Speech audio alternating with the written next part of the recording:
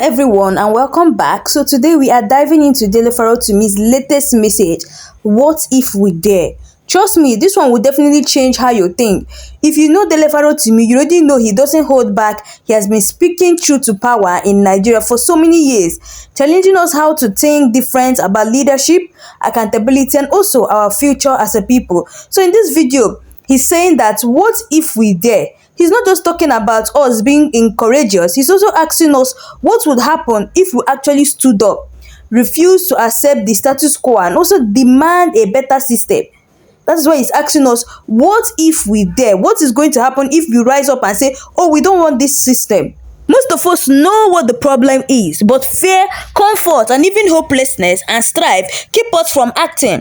What if, like he said, we dare to hope again? We dare to demand accountability. We dare to take ownership of our own future.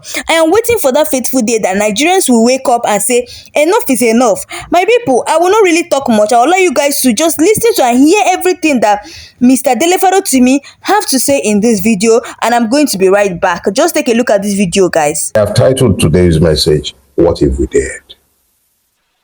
Yeah, what if we dared?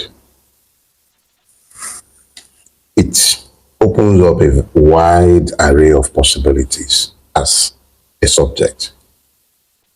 But if you followed the trajectory of my thoughts in the last few weeks, perhaps you might not be too surprised if you have any knowledge of the person that I am, that I would probably land on something like this. I spoke of how we are not a zoo, spoken to the fact that we are not a jungle. I've spoken to the fact that we've become a place governed by impunity and therefore we've become as the evil forest. I've spoken to hope. But this week, when my assistant came to ask me, as is the usual on Thursday, what my topic for the week is going to be, I had no clue. Not because I didn't have anything to say, but because I don't want to speak simply to hear the sound of my own voice, and I needed to communicate how I feel in the moment. So by Friday, I became convinced in my spirit that what I need to discuss with you is what if we dared? So the question is, dare to do what? What if we dare to say I no agree? What if we dare to protest? It could be 1,001 things, what if we dare? But my reality this morning is that when you look at the totality of where we are vis-a-vis my preoccupation in the last few weeks, you realize that, one, I've painted a pretty clear picture of where we are for those who have the capacity to comprehend. But I know agree is not an alternative to misrule. It is not sufficient to simply disagree with the direction. It is not enough to say Tinubu must go, or Buhari must go, or APC must go. The question is what must come. It is what must come that determines if the people would be willing to dare. So what is it that must come? You know, in the life of every human being, when you come to critical junctions and you need to evaluate, you must always go back and determine exactly where did I miss my step. And if you're talking about missing steps, it is because you recognize that there was an original destination that has been bypassed or missed. So at this point, what are we daring? So I reckon that the easiest way to tackle this would be to go back to the first point where we began to think of correction, 1966. Take your time. I'm going to take mine. Let's understand this. What happened in 1966? To understand what happened in 1966, you must understand what happened before. 1966 was exactly 6 years after independence, not to the date. I'm saying we gained independence, quote and unquote, in 1960. By 1966, there was a coup d'etat, then a second coup. So why the coup in the first place? I think it might make sense to listen to what Kaduna Nzeogwu himself had to say about the coup. He said, the desire for a strong, united, and prosperous nation necessitated the coup. Strong, united, prosperous. That was in 1966, 59 years ago. He was in pursuit of a strong, united, and prosperous nation. The reality is that out of these 5 words, strong, united, and prosperous nation, let's take away the connective word, hand. Remove the hand. None of these 4 rings true about the country, Nigeria, 59 years after. So, as at 59 years ago, when Kaduna Nzeogwu and his comrades came together to correct what they believed to be a perversion, 6 years, less than 6 years after independence, they saw a country that was not strong, they saw a country that was not united, and they saw a country that was not prosperous, but they had an illusion of a nation. So, 59 years later, the question is, what is it that wasn't done that led to the 1966 coup and that has assured that 59 years later, we are still weak, disunited, impecunious, and not a nation? Kaduna Nzeogwu and co. sought to correct what they saw as an error. And it ended up in what became the uncivil civil war. Now, how did this civil war that was very uncivil, how has it in any way brought us any closer to the strong, united, and prosperous nation that the coupists of January 1966 were seeking? Because I noticed that after the Civil War, all that has happened is that Nigeria has become increasingly exactly the exact opposite of the aspirations of the coupists and the declared objectives of those who countered the coup and presumed to build the Nigerian state thereafter. One of the first things that has happened after the coup is the gradual erosion of citizenship rights and the institutionalization of feudalism. Feudalism is a class-based system of impunity that is not in any way, shape, or form accommodating of the rule of law or tolerant of democracy and civil rights. So, what if we dared to have all the declarations, an independent judiciary, an independent electoral body? What if? Is it too much? But the reality today is that our judiciary is not independent. Our electoral body is not independent. The legislators do as they are told because they are horribly compromised. The military,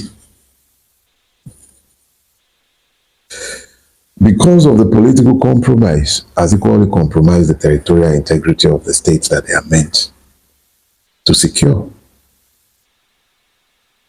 We have a police that is lawless. We have a religious class that is godless. We have a society that is in free fall. There is very little about us that is different from the plight of the lepers who are the gate of the city. But the question is this: what if we dared? What if we dared? What if we dared to rise above the basis by which we have been divided? Ethnicity, religion. Today is not about the ruiners of Nigeria. Today is about me and you, the responsibility that we bear for the evil that has overtaken our society. What if we dared for once to look beyond the ethnicity of our fellow victims? What if we dared to look beyond their religion? Because you know what? Those who are feeding fat off this land have no care for the religion of their co-criminals. They care nothing. If you look up there, you'll find every ethnicity and religion represented. But we, the victims, who allow them to use religion and ethnicity as justification for their evil, who excuses this evil on account of is our person, who tolerates the impunity simply because the person sounds like you or worships like you. What if we dared to demand the rule of law? On my travel recently, I was in South America, is it Central America? To be specific, I was in Costa Rica. I'm not sure if they have any oil. They are dependent largely on tourism. And I traveled a bit in the place and I saw a place where people lived functional, happy lives. And I didn't have to travel all the way to Costa Rica to see that. I've seen it in Gambia, I've seen it in Senegal, in Cote d'Ivoire, in Ghana. You see it, once you cross the Nigerian border, you see sanity. And I began to ask myself, why is it impossible for us to have this? Why? And the more I have thought about this, the more I have examined the Nigerian condition, the more I realize that our problems are not battered out of an inability to diagnose. It is battered by an inability to rise above the mundane, an inability to dare to become, an inability to demand better of ourselves. Let me remind you, it was in this country that somebody launched war against indiscipline. That was Buhari. He launched a war against indiscipline and the people lined up behind him. They believed. Why? Because the struggle was defined in terms of indiscipline. And the people, ever willing to be led out of the mess, followed. And with nostalgia, very deep nostalgia, they bought into the fraud represented by that war against indiscipline, by the most indisciplined of persons who hijacked the free will of the people, but the people dared to believe. They dared. Their collective will was mobilized behind that slogan. And it resonated for years until it began to ring hollow with the reality of exactly how indisciplined the people who are echoing these were. And then they started, in this same country, wars have been waged against corruption, even though today perversion has overtaken us. Once upon a time, Obasanjo dared to launch Operation Feed the Nation. I was less than 10 years old about that when he launched that. That was in response to the reality that hunger was beginning to bite in the country and we had become incapable of feeding ourselves. What if we dare to rise to the challenges of those slogans? War against 10%ers. That was the chant before the first coup of 1966. They don't even do 10% any longer. There is even no tender. The presidency now will simply announce, so we've given up on the war against 10%ers. Now they are renovating a terminal for 721 billion. Third mainland, they will renovate again for more than it will cost to build. And we were fighting war against 10%ers in 1960. One nation. So guys, honestly, what Dele Farotimi said is powerful. He's not just throwing around in a motivational word, he's pointing his finger on the real issues holding Nigeria back, which is fear and hopelessness. We know the problems, but as long as people stay in their comfort zones, things will not change. That's why he's saying, what if we dare? Is a challenge to move from talk to action, daring to hope, daring to demand accountability, daring to reject the status quo. So I think his message matters because hope is a weapon. Once people believe change is possible, they will start tolerating oppression. Accountability is non-negotiable. Leaders won't change unless citizens demand it. The future belongs to us. Nobody is coming to fix Nigeria for us. It's either we rise or we remain trapped. Nobody is going to fix this Nigeria for us. It's only us that can fix it. That's why we need to vote wisely during this 2027 election, which is upcoming. You need to vote wisely. Use our voters card well. Anyway guys, that's all we have for today. Let me know your thoughts below, and also if you're coming across my channel for the first time, do well to hit the subscribe button, like and share this video. So guys, thanks for watching. I'll see you guys in my next video.